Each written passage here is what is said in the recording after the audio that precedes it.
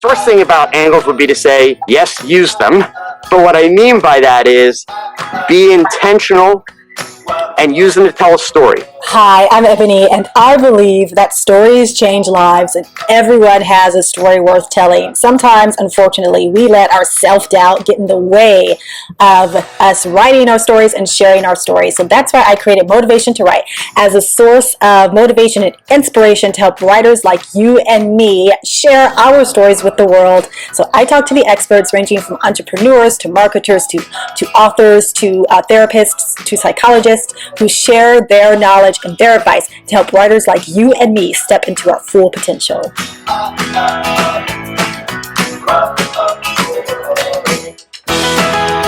Hi, welcome to Motivation to Write. I am excited that you're here with me today. I have photographer Joe Edelman as a guest. So let's learn a little bit more about Joe. Joe Edelman is an award-winning Olympus Visionary photographer and photo educator with a career spanning 5 decades. His stunning photography has been published internationally in Maxim, Cosmopolitan, Get Fit, Shape, and Good Light magazine. He has also completed assignments for the New York Times and the Los Angeles Times newspapers. In addition to hosting his podcast and YouTube channel, Joe is a frequent guest on This Week in Photo, Shutters Inc., Small Camera Big Picture, and the Fotofacts podcast. He is internationally recognized as an innovator in shaping the portfolios and careers of models. And I am very excited because I am here with Joe Edelman. I got it. Okay. How are you, Ebony? I'm doing great. And Joe, you don't know how nervous I was to even send you an email because you're so accomplished. Like when I looked at all of your resume, really, like New York Times, and I was like, oh my gosh, there's no way I can even send him. That's what happens when you get to be old, unfortunately. I've been around the block, but hey, seriously, thank you. It's fun to be here, and I like to tell people I'm a guy that's still having fun. If you find something you love to do in life, it's never work. Best piece of advice I ever got. That's great advice, yeah. Yep. So, Joe, I took photography in high school, and I loved it. Cool. I didn't really do much with it after high school. But when I started blogging, sometimes purchasing pictures off, like, I think it's iStock, I can't think of the website, it can get kind of pricey. And then some people, they can't commit to Canva because that can get pricey also. And there are moments where I'm thinking, I wish I just knew how, if I could just tap back into my high school days, knew how to take pictures for myself for my blog. So that's why you're here. But before we get into that, can we learn a little bit about your background? Like, how did you develop this passion for photography? How did I get to here? So I'll try and condense it really into a smaller piece. I got my first camera when I was 11 years old, and I bought it myself. Really just to irritate my mother, honestly. I had a deal where every Christmas, instead of getting a bunch of toys, I was a mature kid. They would let me spend about $100, and I could pick something, that I wanted. One year it was a record player or whatever, and the Christmas catalog came in the mail, and I saw these cameras, and I always wanted to play with my parents' movie camera, but they never let me touch it. And I found this German camera. In fact, I still have the camera. There's a German camera called a Hanimex Praktika. It's a 35 millimeter film camera. And at the time, it was $75. Wow. So this was within my budget. So I running to my mother with a catalog. It's like, here it is. This is what I want. This was the day the catalog arrived. And didn't take her a split second. She's like, nope, definitely not. I'm like, why? You can't do that, right? It's within the guidelines. So I thought, all right, Dad'll square this one away. So I went to Dad when he got home from work, and Dad's like, no, not happening. And I threw a holy fit. And finally, my father, in his infinite wisdom, he says, you've got a savings account, and you've been saving like little mini motorcycles. They call them mini bikes back then, were like the rage. And I wanted one. So I was saving to get one. Yeah. It's like, you've got the money in the bank if you want it that bad. So the next day, I took my bank book. This was, back where the days where you actually had the little book that they stamped. And I went to the bank. And I took my money out, and I went to a camera store, and I bought it. And I was hooked on the first roll of film. Wow. But I really got hooked when I was 14 then, and I had my first picture published in a newspaper. Came home from school, saw the picture, and of course, underneath the picture was my name, photo by Joe Edelman. Right. That is it. be sold. And, Oh my gosh. photography for me, it's just honestly, it's been a way to experience life and people and see things and do things. So, Yeah, yeah. And I think that's what really drew me to photography was I love stories. I've always loved sure. stories. I love reading as a Yep. kid and I love film. And Uh-huh. so the pictures, photographs just have a way of telling a story, even if it's just like Absolutely. one Yep. image that you're capturing. And I think Sure. that's why I found it so fascinating. So Yeah. let's start talking about like when we take, well, first of all, can I take quality pictures with the phone or should I invest in a real camera? Sure. Absolutely. So full disclosure, I am an ambassador for a camera company. So I Okay. can get in trouble for being this honest, but I'm always this honest. And that is, yeah, the best camera that you have to work with at any point in time is literally the one that you have in your hands. Okay. And the point is, I say it that way for two reasons. One, as entrepreneurs and creatives, we all have a tendency sometimes to procrastinate because of things we don't have. And those things we don't Mm, have become an excuse for actually not failing, right. Yeah. right? Yeah. So the best thing to do, period, is dive in and go for it. We are at a point, fortunately, with technology that smartphones take amazing pictures, like absolutely amazing pictures. But at the end of the day, the device, whether it's a phone, whether it's a camera, it's only as good as the person using it. Mm, And it's not so much that you have to know a lot about photography. Certainly, it doesn't hurt to know some things about photography, but it's really more about really paying attention to the details. okay. If you think back of any image, when you think like iconic images that come to mind where you're Right. like, oh my God, that is such an amazing picture, and everybody knows that. Right. There is something about that picture, whether it's a moment, whether it's an element, whether it's a detail, that simply just kind of grabs you by the ears and won't let you look away. Right. Right? Yeah. And Yeah. Yeah. and and immediately when you see that picture, you are drawn to that element. Right. That's really kind of the key to making your pictures work. So if you're shooting products or you're shooting people or whatever you're shooting, it's really paying attention to the details. Only include the things that are important and Mm, make sure not to show things that aren't important because they're likely going to be a distraction. right. Okay. And Yeah. that's where the picture kind of loses its impact. And in today's world, where we have social media and YouTube, and we see so many more pictures than we did pre-internet days, Mm-hmm. there's a lot more noise, so to speak. Right. Yeah.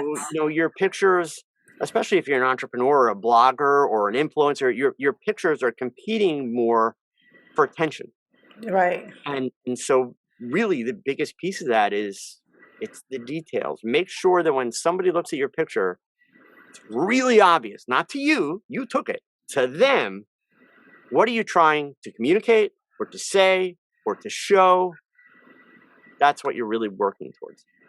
Okay, so this is interesting because I was just talking. I'm an English teacher, and I was Oh, talking with very my cool. students about they're 11th grade, so the stuff that we're reading and studying Okay. aligns with U.S. history, and so Yep. there's this section on iconic photographs, Yep. and I asked them, well, what are some like iconic photos that you guys can just think of from your U.S. history course? The one I Right. always think of, I don't Mhm. even know the name of it. I can never think of the name of the photo, but it's from the Great Depression. It's a mother.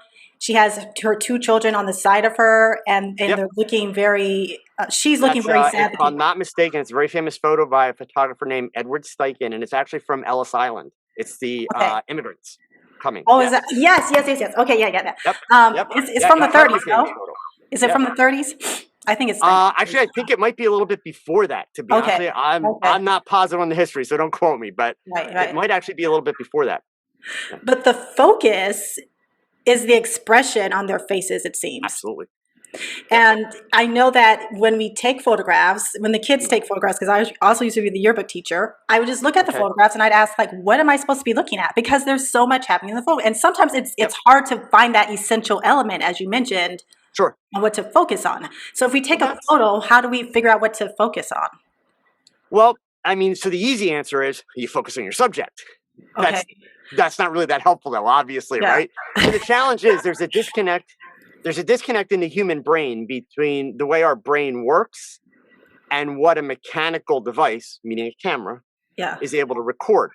So a camera, depending on what lens you have on it, depending on what camera, it records a field of view. And every time you press the button, it's going to record that same degree of view. Okay. The challenge with our eyes have the added benefit of our brains, meaning, our eyes, basically, if you have decent eyesight, you've got this very wide peripheral vision. So now I'm going to go a little science geeky on you, but your listeners and your viewers can actually Google these terms. So the interesting piece of it is we think that we see all of this. Actually, we don't.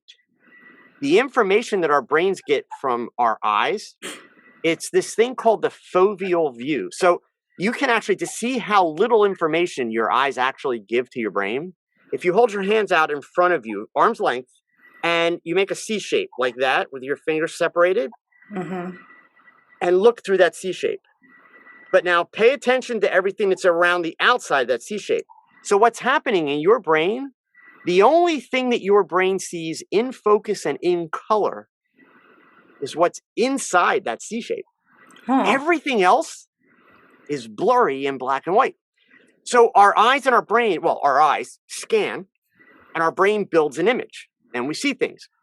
But our brain also helps us process what are we really focusing on and what are we really wanting to pay attention to. And we kind of ignore all the other stuff. And it's actually kind of easy to ignore it because we can be selective with where the brain is collecting the most data. And by the way, full disclosure, I'm not this smart. My wife is a cognitive psychologist. She studies how the brain works. Fortunately for me, she's not a clinical psychologist. I'd be in a straitjacket by now. So anyway, so the problem is, like, when we see something, we say, oh, we want a picture of that. It's really easy for us in our minds to focus on just that object. But then we pick up the camera, and even when we're looking through the camera, we still kind of just pay attention to that object, and we start to ignore all the other things. The best example, everybody's done it. Even the best photographers in the world have done it. The classic picture where you photograph a friend or a spouse or a relative or anybody, and you go home and you look at the picture and you're like, oh my God, there's a telephone pole growing out of the back of their head.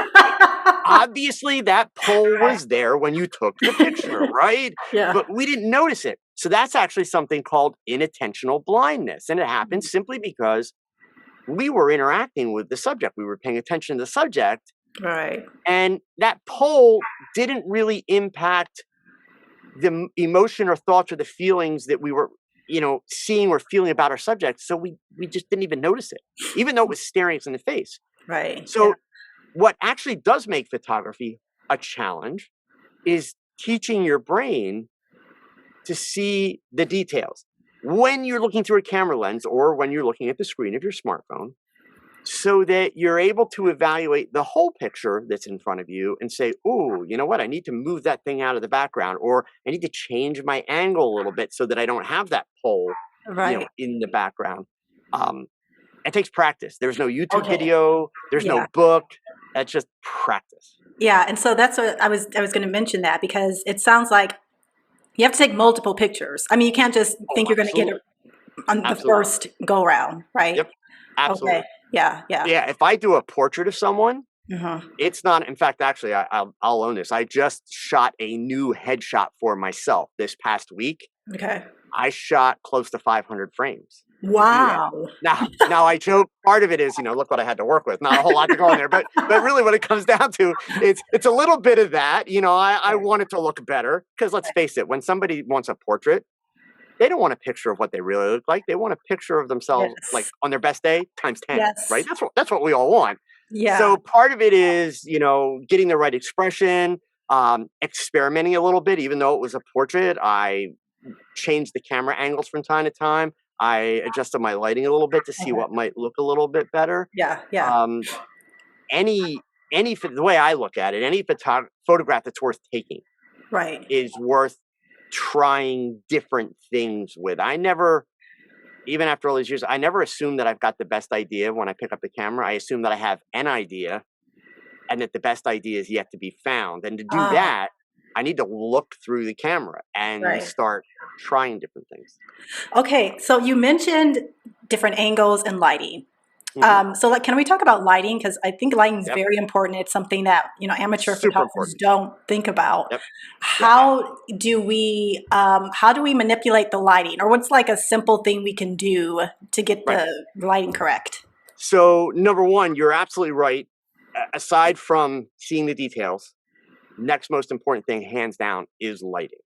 If you don't have good light, not only is it not flattering to your subject, and that I'm not necessarily referring to people, it could be anything. Right. So if you don't have good light, it's not flattering to your subject, and it also will tend to reduce the quality of your photo, especially with a smartphone.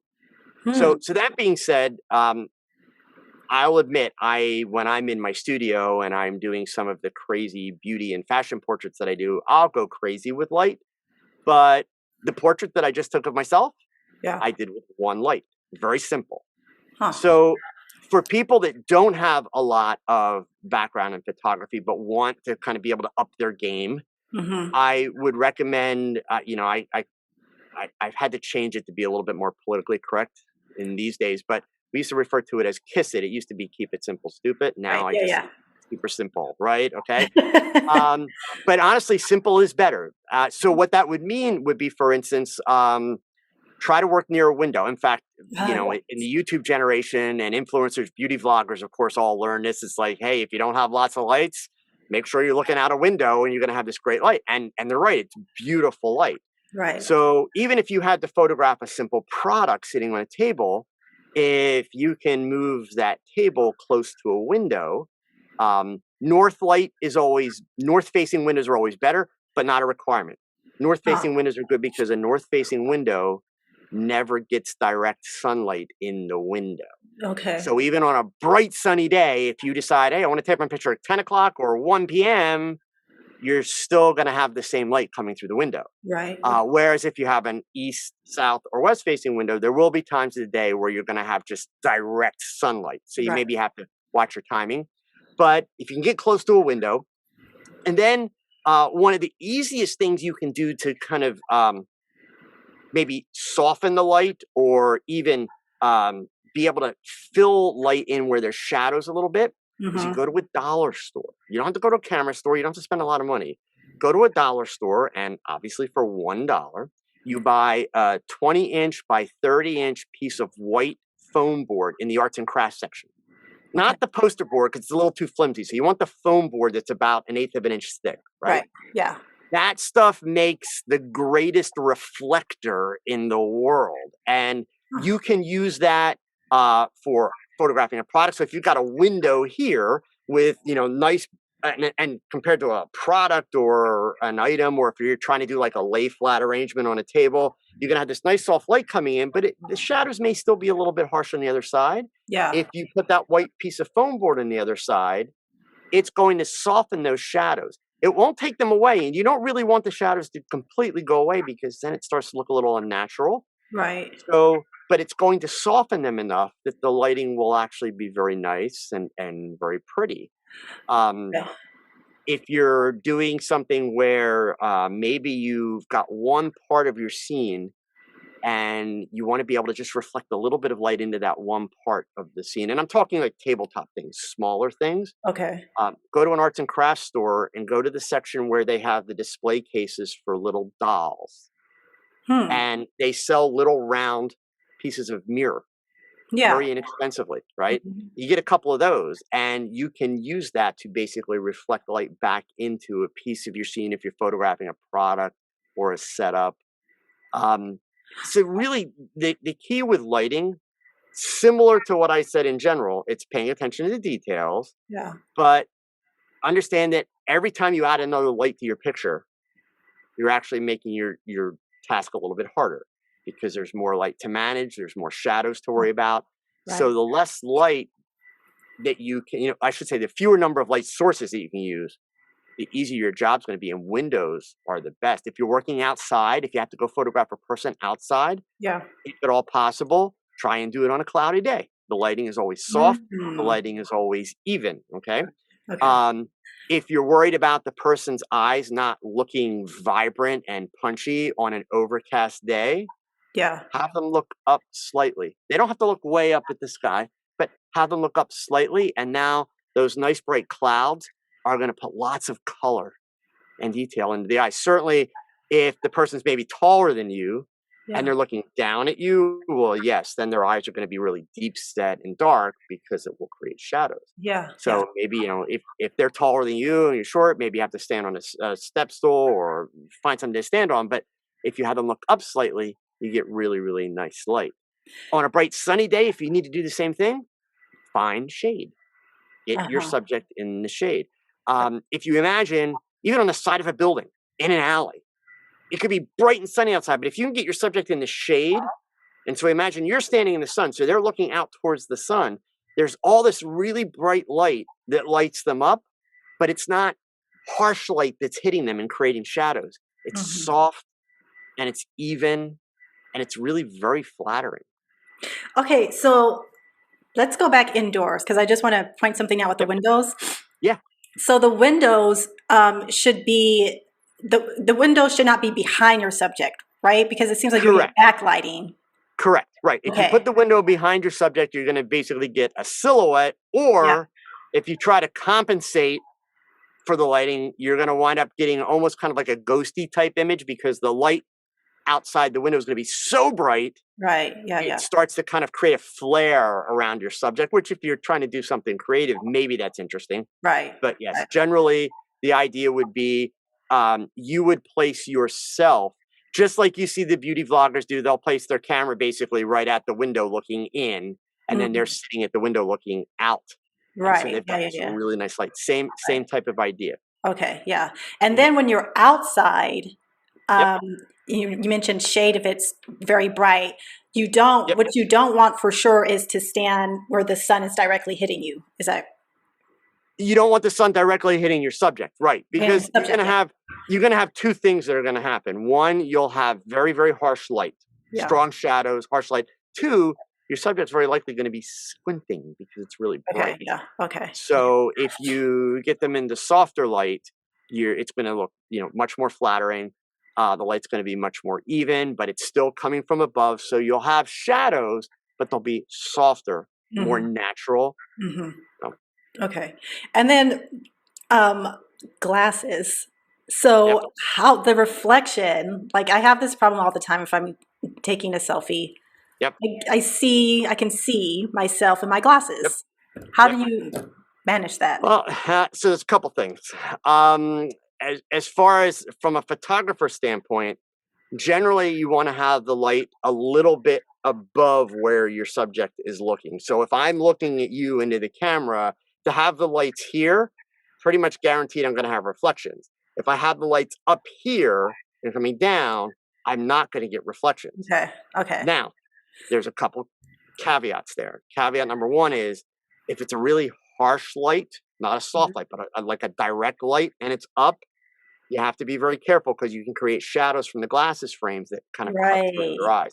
So with glasses, it's better to have a softer light source.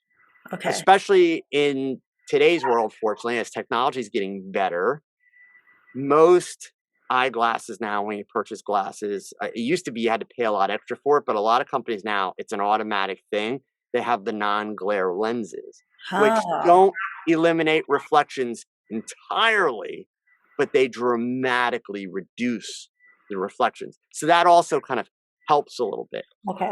If neither of those, scenarios are an option, try to create a situation where maybe you're going for lighting that's a little bit more dramatic. So kind of just like I have, you would want the lighting on the side. So most of the light is on one side of the face. And that way, if I turn to the light a little bit, now you're going to start to pick up a reflection on the glasses. Fortunately, these are non-glare, so it's not dramatic, but you can tell there's a light there. So if you move the light off to the side a little bit, that's going to help also. Some of the old school tricks, which you have to be really careful of. In fact, I have a video on my YouTube channel about photographing people with glasses. One of the tricks I learned when I was younger, and I did it for years and never really paying attention to the fact that frequently when I did it, my subjects actually looked like they felt uncomfortable. So what they used to teach photographers is to take the glasses and tip them down like that. So for the most part, you can't tell that the glasses are tipped down, Right. And this way, you're not going to get reflection from lights that are right here because the lenses are pointing this way. It really depends on your subject whether or not you can get away with it, mainly because it feels weird when you're doing that. Like Yeah. you wear glasses. If you tip Yeah. your glasses, it just feels awkward. So if you can't keep your subject relaxed, that's going to be a problem. The other thing that you have to worry about, if I were to do it with these glasses, since they're fairly narrow, tipping them puts the frame right through my eye. And we don't Right. want Yeah. that. Right. So Yeah. now, like your glasses are a little bit bigger. We could get away with tipping yours, and we wouldn't notice it as much. But you gotta put them all the way up and then tip them. So basically, you're gonna take the arms and push the arms up in the back, I'm trying to. right? And you're gonna see it feels really awkward. There you go. But see, that's great. They look great on camera, right? So it's a trick that you can get away with, but it's just it feels awkward, and you got to get it just right. Because see, like your first inclination was, well, slide them down. Then it just looks like they're sliding down, right? I got it So sitting down now, actually. Okay, that's interesting. yeah, Okay, yeah. yep, Okay, so let's talk about angles because okay, angles are important too. I know that high angle versus low angle that it yep. gets a different feel, drama. Oh, absolutely. Yeah. Well, so my first thing about angles would be to say yes, use them. But what I mean by that is be intentional and use them to tell a story. So probably one of the better examples I would give you is a person that's not paying attention and they're photographing maybe a landscape like a lake, okay? And you see the finished picture and the horizon line is kind of like that. That's just holding the camera crooked. It's sloppy, right? And it does detract from the picture. But if we saw a picture of that lake and it was kind of like, woo, really crazy and there was an interesting reflection, well, then we could argue, okay, that's kind of artistic, right? So I'm a big proponent of the idea, hey, if you're going to tilt the camera, make a statement. Yeah. But where angles really become helpful is realizing that the difference between even just looking at a person, if we're photographing a portrait or even an environmental portrait where somebody's maybe at a desk working, if we shoot from a slightly lower angle and we look up at them, we're putting that person in a position of power and Right. authority. Yeah. If we look down on them, it could be construed several different ways. It could be truly looking down on them, putting them in a diminutive position. It could actually be somewhat flirtatious. Unfortunately, I'm old enough. Back in the day, when I learned to shoot portraits for the first time, we were taught two very strict rules. And I would not encourage anybody to follow these rules today. But back then, it was if you're photographing a man, you photograph slightly below the face and look up. If you're photographing a woman, you photograph slightly above the face and look down. Obviously, that is not ideal in today's world, okay? Okay. So for me, my starting point, male or female, in a portrait, just a regular portrait, is usually going to be just below the eyes. Now, I will say that if I'm doing maybe like a glamour type picture or something that's meant to be maybe like boudoir or sexy, that's a whole different ballgame. Then shooting down on somebody, they're looking up. It puts white space under the pupils of the eyes and it makes the eyes look bigger. So it has a little bit of a different connotation, but indeed it's telling a different story. Right. Same even if you're photographing a building. If you are looking for something where it's an accurate representation of the building, well, then your challenge is you want to try and keep your camera perfectly straight because the building's straight.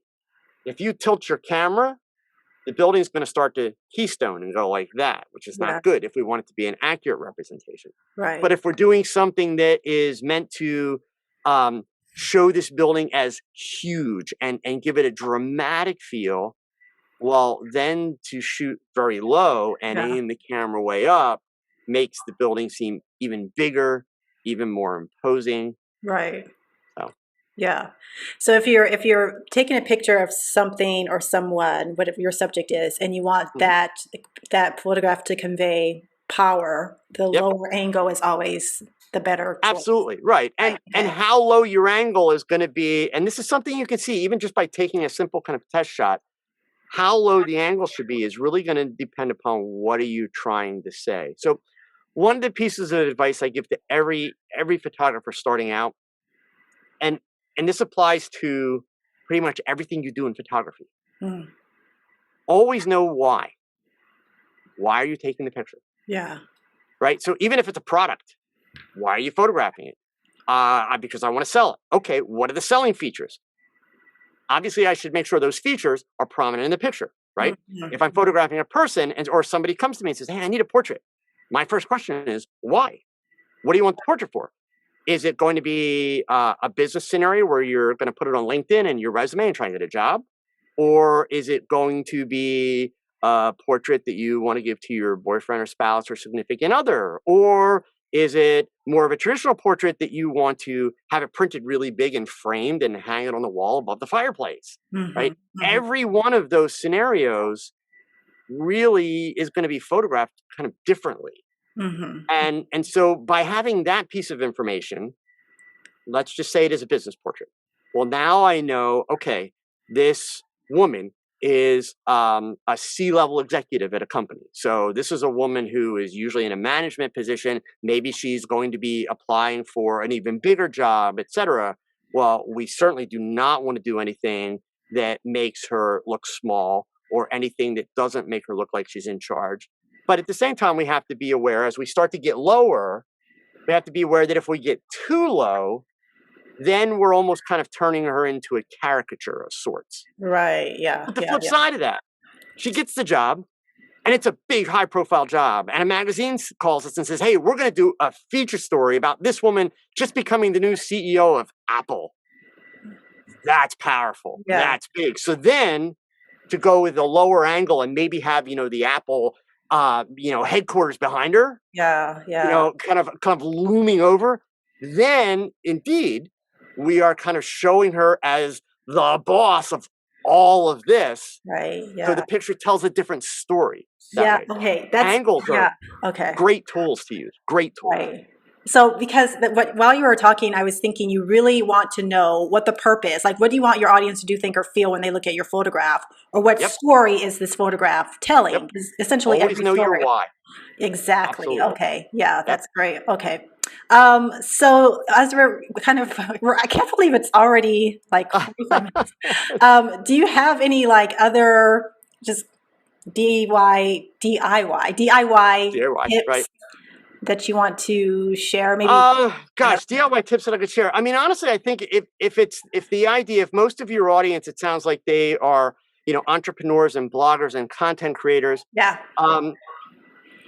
I guess not really so much DIY, but really it would be a reassurance. You don't have to have the most expensive equipment.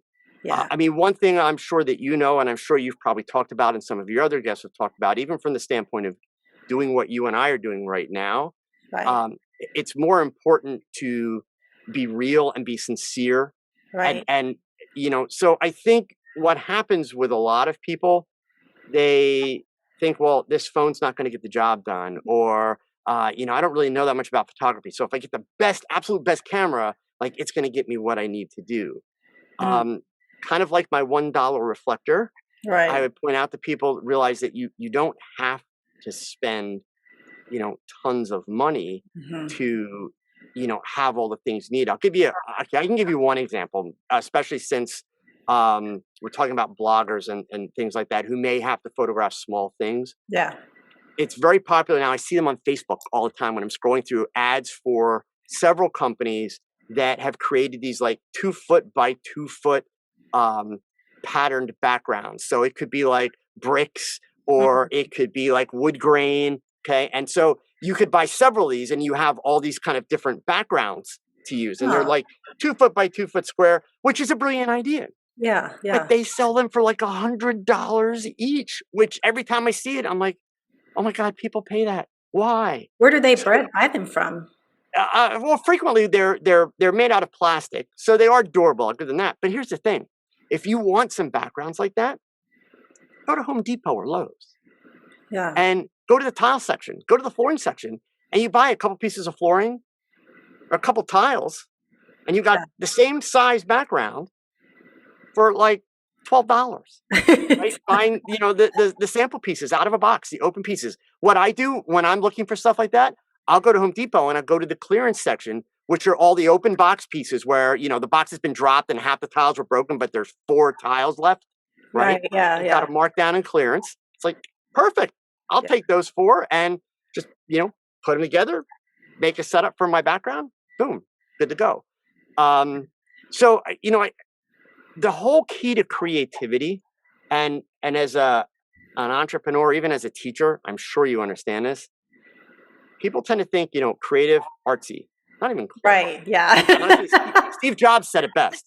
It's about connecting the dots. Creativity, it's problem solving. So my DIY tip would be to realize that your best solutions don't have to cost you a lot of money. So I would advise people, and it's not about being cheap, it's about being practical. I would advise people, anytime you think you need a piece of gear, at least make sure you're going out of your way to see if you can find another solution before you go and pony up that money.